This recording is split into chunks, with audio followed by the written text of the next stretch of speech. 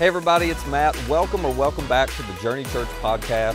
If you haven't yet, be sure to subscribe to this podcast so you can automatically get our weekly episodes. And you might want to go ahead and subscribe to our Journey YouTube channel as well. You'll find messages, music, interviews, inspiring stories, and more for you all right there. Now, I hope this episode helps you take your next step in following Jesus. Today we are starting a brand new series called Good Again. It's a series that we have been talking about and preparing for just a little bit, because I think it's a series that whether you're a Christian or not, it's going to, this is something that relates to all of us. We're going to be talking about a topic that I think all of us are experiencing and have experienced, and I'll explain what I mean by that in a minute. But first, I don't want you to take this the wrong way, so hang with me. But I want to start in a bit of an unusual way, because I think all of you have something in common that you don't realize with this guy right here. Not the looks. Y'all are way better looking than that, in case you're wondering. Most of you. Scott, anyway. So, most everybody. No, I'm talking about something different. We don't know anything about camels. So I did a lot of deep research on camels, which means I Googled them, okay? And here's the thing that's interesting about camels. Camels are known for their strength, their stamina, and their resilience. Now, that's what you have in common with them, right?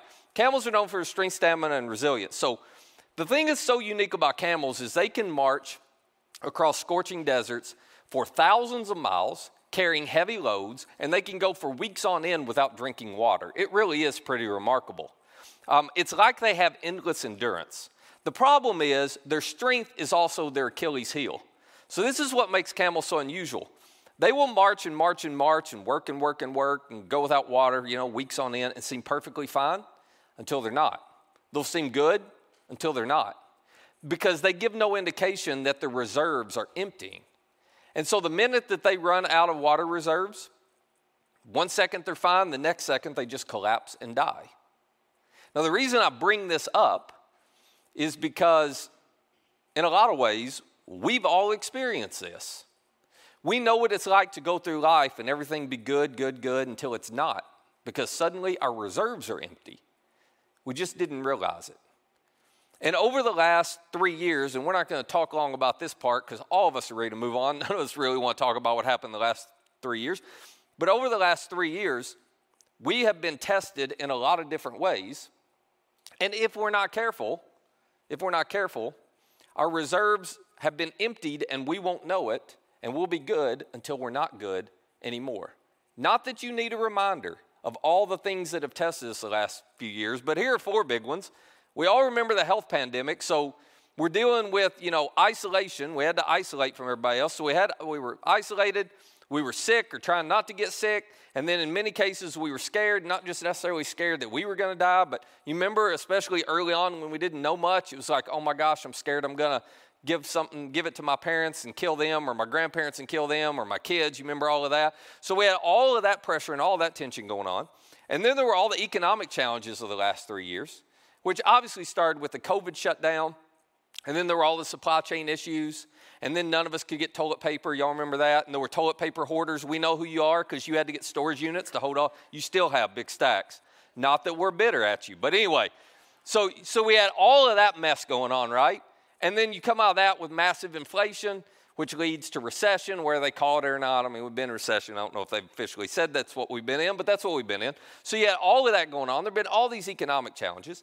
And then you had the social unrest component that came in the last 3 years. So tomorrow we're celebrating Martin Luther King Jr. Day. One of the things that's extraordinary about him, I don't know if you've read a lot about him, but one of the things that's extraordinary about MLK is he modeled and taught in such a phenomenal way how to have these difficult conversations around racism and racial injustice. But as y'all know, in the last 3 years, as all of this stuff has bubbled back to the surface, these were some much-needed conversations we had to have, but most of us were not equipped to have them. And so that created all kinds of pressure and tension, and in some cases, created real messes for some people as they tried to navigate them and just didn't do a very good job. So you had all of that you were dealing with. What do you say? What do you not say? What do you do there?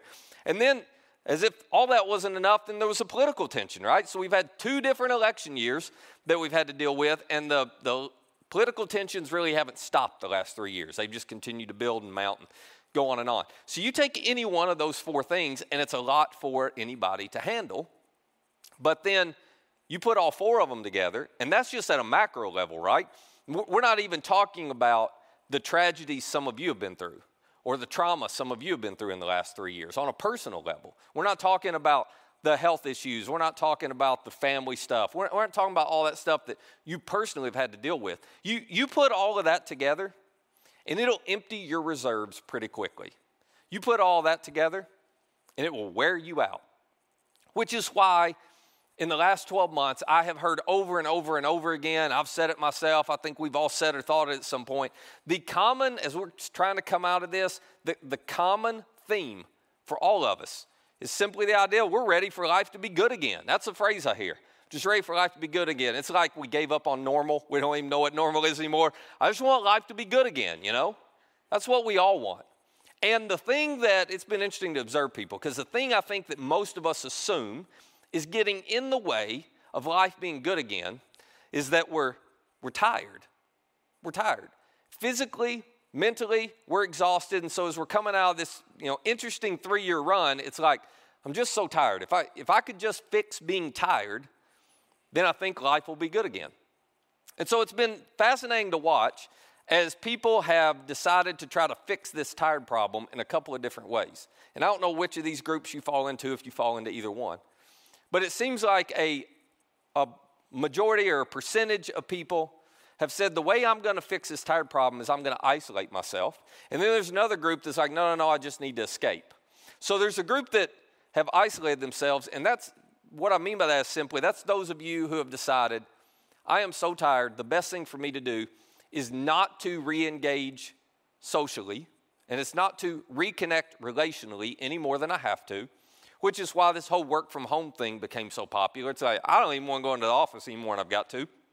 I just want to stay in my pajamas and do my work and not have to I'll just deal with them over Zoom. It's like, I don't want to have to deal with them. So you got the group of people, and maybe this is some of you who are just like, I'm going to be hands off. I'm going to withdraw a little bit. I'm going to isolate. And I totally understand that because we're living in an interesting time with the cancel culture and everything. Have y'all noticed it's like conversations are much harder to have with people, even friends now, than they were back in 2019. Because it feels like everybody's angry about something. But you don't know what they're angry about. So if you're having a conversation with somebody, you're just trying not to step on that landmine. You don't know where it is. But if you bring up that topic or say something that they disagree with, it's like everybody just blows up now. Next thing you know, you can ruin a relationship really quick. It can get heated really fast. And so for some of you, I get this. You've just decided, I'm going to isolate, I'm going to withdraw, I'm going to play it safe. So I'll just stay at home as much as I can. I'll binge watch Netflix, I'll shop online, I'll scroll social media, I'll find something to do with my time. But I'll rest up right here at home. And if I spend enough time away from everybody, then life will be good again. That's one approach people have taken. The other approach people have taken is, no, I'm going to escape. In other words, I'm going to make up for all the stuff I've missed out on during 2020 and 2021. And so they actually have coined a term for this I thought was pretty funny. I like this. They call it revenge travel. Revenge travel. So it's like, okay, I had trips in 2020 planned, they got canceled. Then 2021, they got canceled. So now, and I'm going to take all, the last 3 years worth of trips, I'm taking them all at once, And we are traveling, some of us are traveling more than we have ever traveled before.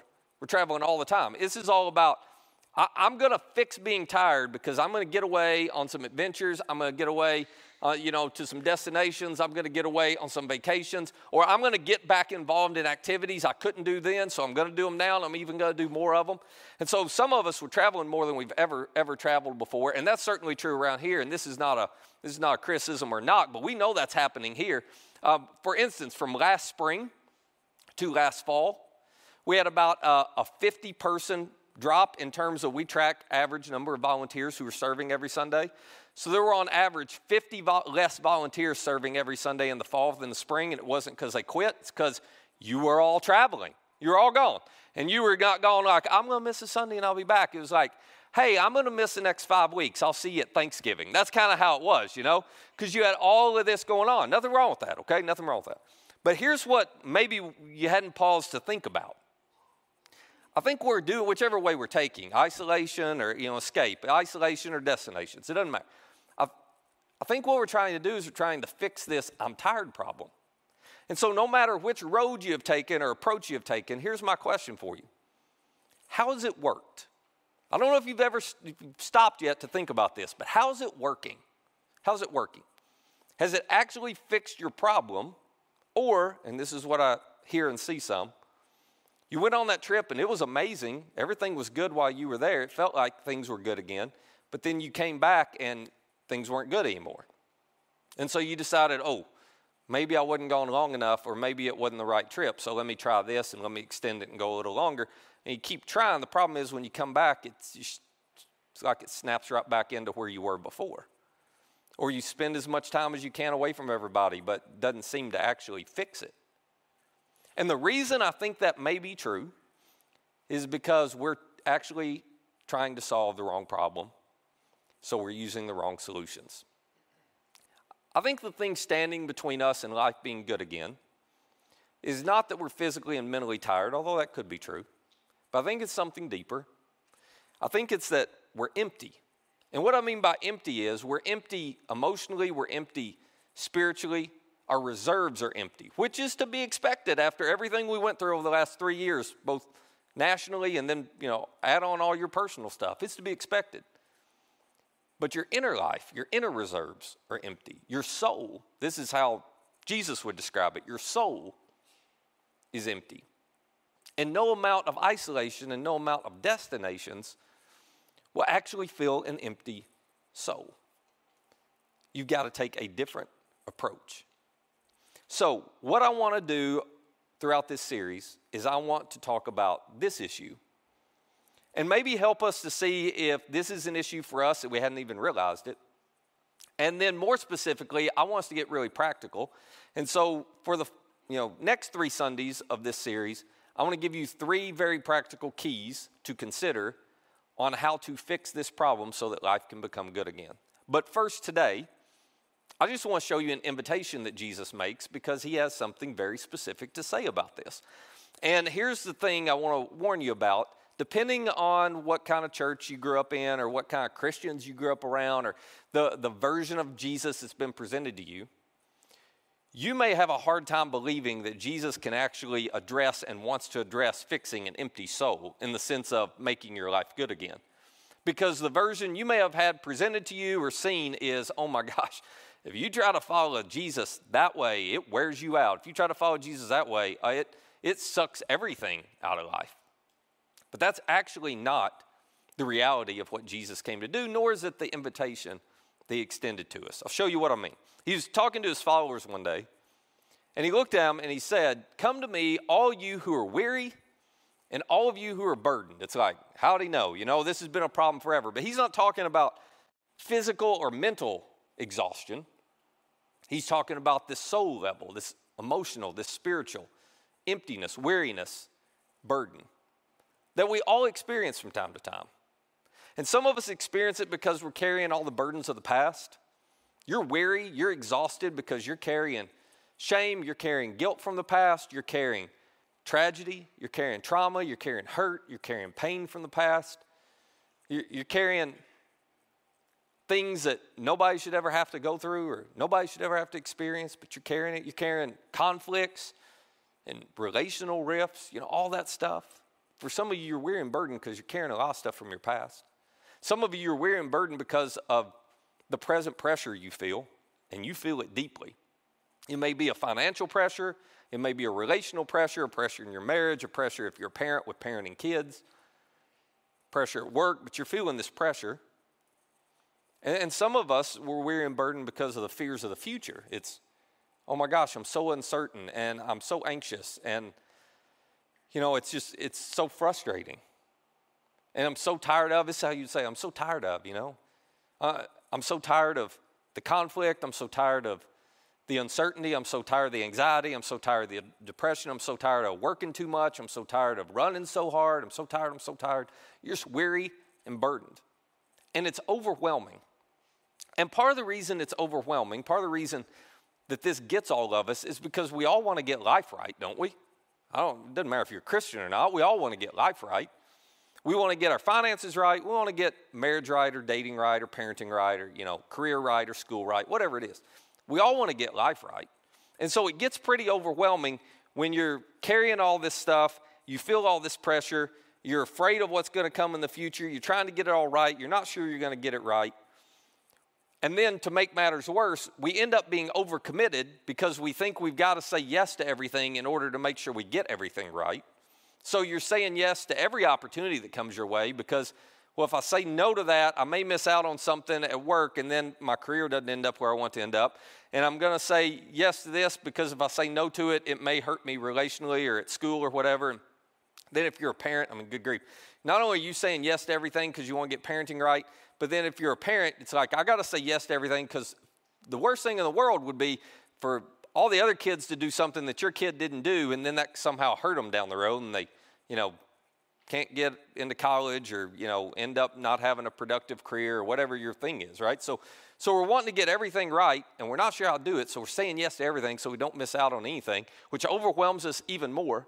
And then, as if we need anything else to make it difficult, we are, and you can't really argue this, we are the most overexposed generation in the history of the world. And all I mean by that is this.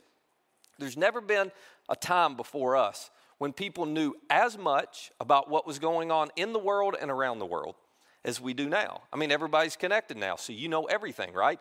Which means you see and I see all of these people who seem to be getting everything right, and we fall for assuming that they really have it right when their lives are really a mess behind the scenes. You know how this works, but they only post the stuff that looks good.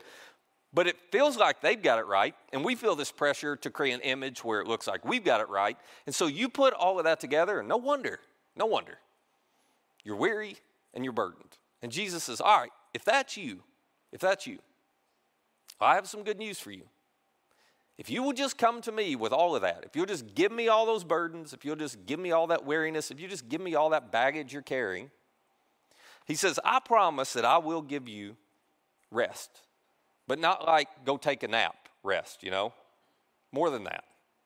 I'm going to fill your soul. I'm going to fill your reserves. I will give you a solution to the emptiness that you're wrestling through, that you're struggling with because of everything that you're dealing with. To which we all go, well, how are you going to do that? And Jesus gives an answer that makes no sense in our context. Here's what he says. He says, just take my yoke upon you and learn from me. From gentle and humble in heart, you will find, here it is, you will find rest for your souls. Problem is, none of us use a yoke anymore, right? You may know that's a farming instrument, but let me give you the context for this. In a first century Jewish world, when a rabbi talked about a yoke, what they meant was their way of life.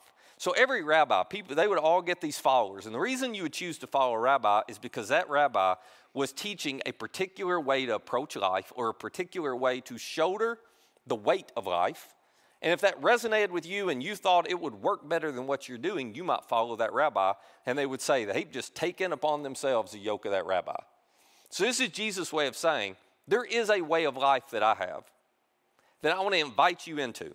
If you will just adopt, embrace, imitate my way of life, you're going to find rest for your souls. That's where my way of life leads. To which, again, some of us, given what we've been exposed to, go, no, I don't think it leads there. I've watched those, Christians, and they don't seem like they're happy people at all, They're not at rest at all. They seem like they're worn out all the time. And Jesus goes, well, they're not actually following my way of life. And he kind of doubles down on this. He says, for my yoke, well, it's easy. My burden, it's light. And you may have never thought of following Jesus that way. This may have not been your experience of what it's like to follow Jesus. And this is not criticism. This isn't your fault at all. But if following Jesus has not felt like this, you're probably doing it wrong. You're probably doing it wrong. Now, just to clarify, Jesus is not saying that an easy life is an option. It's not an option. I mean, we live in a broken world. And until Jesus puts all that back together and makes everything new, life's going to be hard. It's always going to be hard. An easy life is not an option, but according to Jesus, an easy way of life, well, that is an option for all of us. And he says, I want to invite you into it. So I want to invite you to consider this. You have some way that you are trying to make or keep life good again for you. But is it working? And I want to suggest, you can disagree with this, but maybe you just spend a little bit of time thinking about it. I want to suggest that life will never actually be good again until Jesus' way of life becomes the rhythm of your life and the rhythm of my life. Because if tired was our only problem, we'd just all go home, take a Sunday afternoon nap, and we'd be fine tomorrow. Go take a nice vacation for a week or two, and we'd come back, and everything would be good. But maybe our problem is deeper than I'm just physically and mentally tired. Maybe, and this is no fault to anybody. I mean, good grief. Think about everything we've been through in the last 3 years. Maybe on the other side of this, our reserves are empty. Our soul is empty. And you can't fix empty with a nap. You can't fix empty with a destination. You can't fix empty with some isolation, some extra time at home. You can only fix empty with a different rhythm of life. And Jesus says, I want to invite you just to take my way of life and sync your rhythm of life up to it. And I promise you, if you'll do that, you'll find rest for your souls.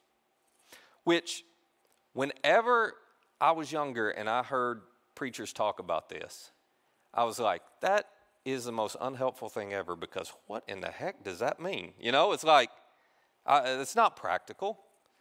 And I'm about to, kind of add to that frustration, because if you looked at Jesus and said, well, what do I need to do then?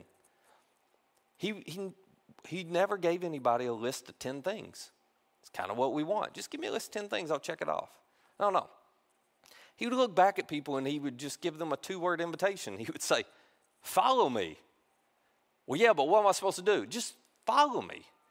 Now, in the first century, this was literal, though. He was like, literally, follow me. Why don't you just come hang out with me? And the reason he was saying that is because his invitation was, why don't you just hang out with me and watch my way of life for a little while? Watch how I make decisions. Watch how I navigate through pain. Watch how I handle relational conflict. Watch how I go through some of the challenges and difficulties I face in life. And then how about you just sync up your rhythm of life with my way of life? How about you just imitate what I do? And you'll find rest for your souls.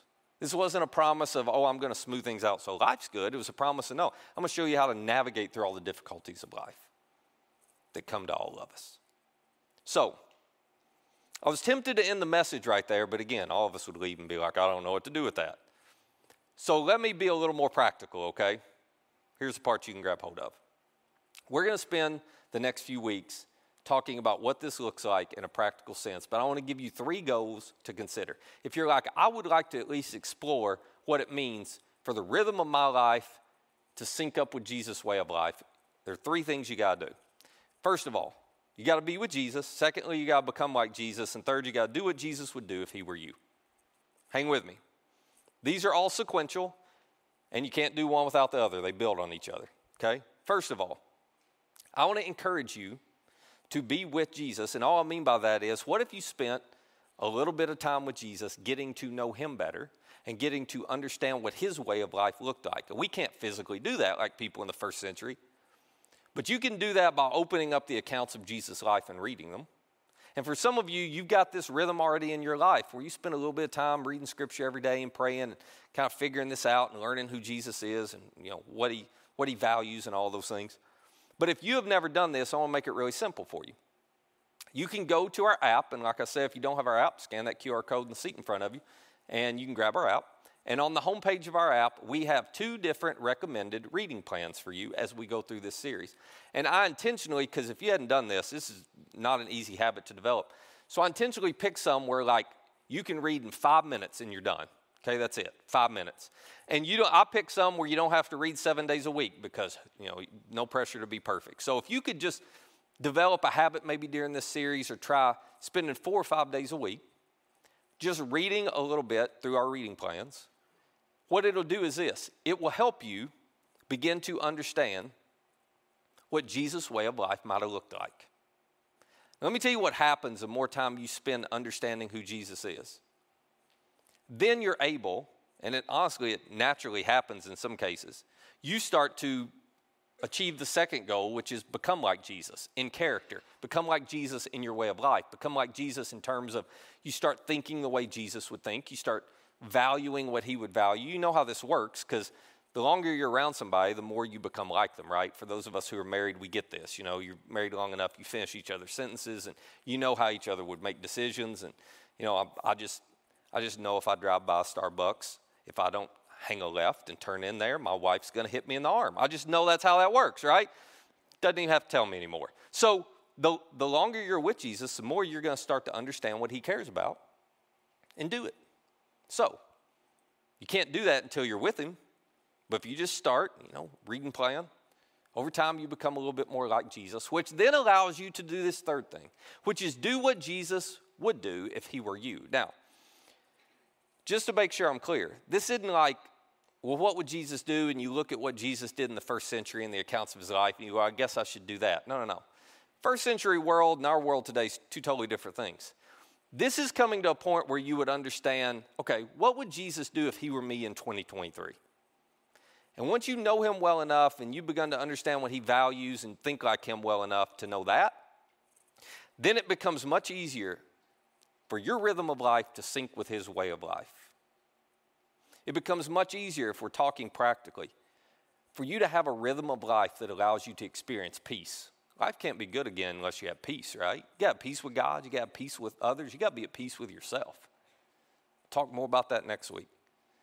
For you to have a rhythm of life where you wake up every day and you feel like you have purpose, that there's meaning to it, beyond just, you know, this is about me and what I'm doing, that there's a bigger purpose and meaning behind it, that you're part of something significant, bigger than you.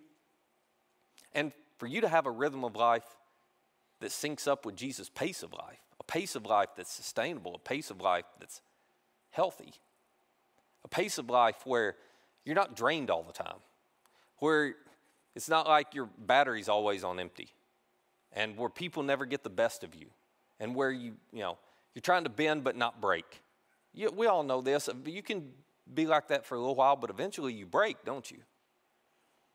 So Jesus is going, no. I want you just to be with me. Learn to think like me. Learn to value what I value.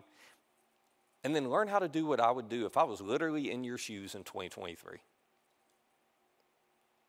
Because life, as far as I'm concerned, life will never be good again for you or for me if all we do is try to fix the physical and the mental aspects of our exhaustion. No.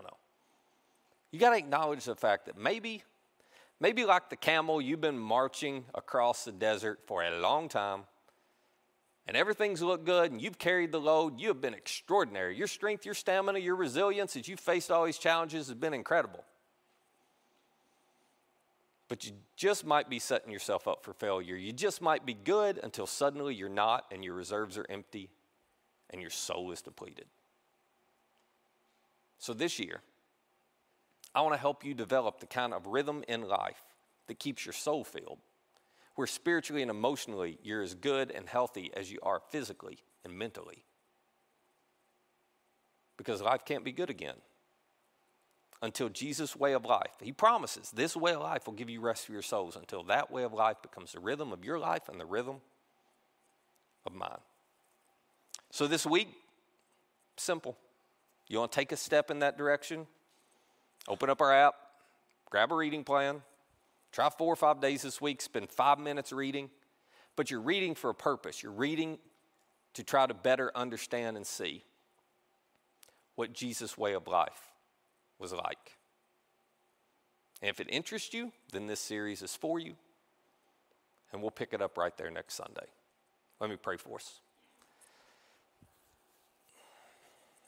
Father, here's the thing. If we're honest, a lot of us would like for our rhythm of life to be different. If we're honest, as much as we hate to admit it, we would have to admit that maybe our inner life is empty because of everything we're dealing with and going through and have gone through. At the same time, we don't really want change because change is so hard. But if we just keep doing what everybody else is doing, we'll get what everybody else has. And if we keep doing what we're doing, we're just going to get what we've been getting. So would you give us the wisdom to see if our challenges are more than just we're tired, if our challenges might have to do with our soul? And then would you give us the courage to begin to change so that we're not good until we're not, so that We don't just keep marching, trying to hold it all together, but then suddenly it all falls apart, and we and all the people we love the most are impacted by it. Help us to discover this way of life that is that's marked by peace and by purpose and by a pace that's healthy for us.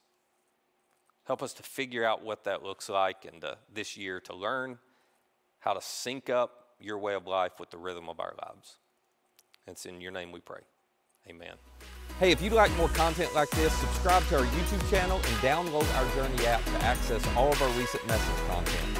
And our app is the easiest way to share this content with a friend. For more information on our church or to find our app or our YouTube channel, just visit journeycalway.com. That's journeycalway.com. Thanks for listening.